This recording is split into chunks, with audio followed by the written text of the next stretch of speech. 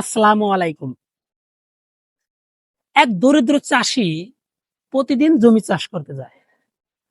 জমির এক কোণে একটা পাথর দেখতে পায়। চাষী পাথরটাকে বাড়িতে নিয়ে ঘরের এক কোণে রেখে দেয়। সন্ধ্যা লাগার সঙ্গে সঙ্গে সেই পাথরটি থেকে ঝলমল ঝলমল করে আলো দিতে থাকে। চাষী তখন পাথরটাকে দেখে মনে মনে ভাবে, এটা তো সাধারণ কোনো পাথর না। পরের দিন সকালবেলা রাজামশাইয়ের দরবারে পাথরটা নিয়ে গিয়ে বলছে, হে রাজামশাই, পাথরটা রেখে আপনি আমাকে কি দিবেন? রাজামশাই উত্তরে বলছে, আগামীকাল সকাল থেকে সন্ধ্যার আজান পর্যন্ত আমার সোনা দানা হীরা অলংকারের গোডাউনটা তোমাকে খুলে দেওয়া হবে। তোমার যা খুশি তুমি নিয়ে যাবে। দরিদ্র চাষী ওনার কথাটা স্বীকার হয়ে গেল। ঠিক আছে। ঠিক পরের দিন চাষী ওই গোডাউনে গেছে। সিকিউরিটি দরজা খুলে দিছে।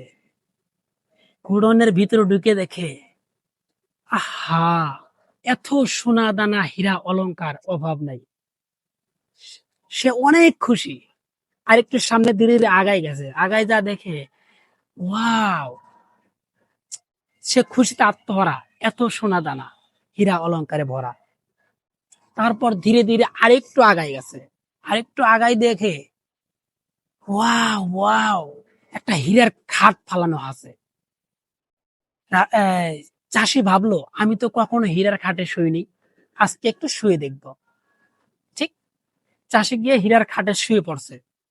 মিনিশের মধ্যে চাষি নিদ্রায় গেছে।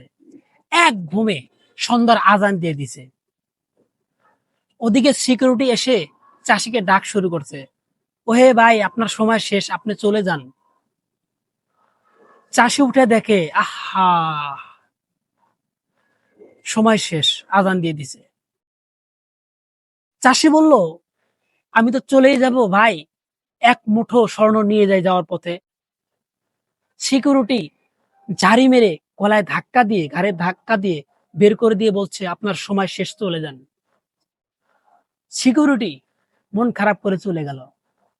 আর এই গল্পটি থেকে বোঝা গেল, আপনি সময় থাকতে যা করার করে নেন। ধন্যবাদ।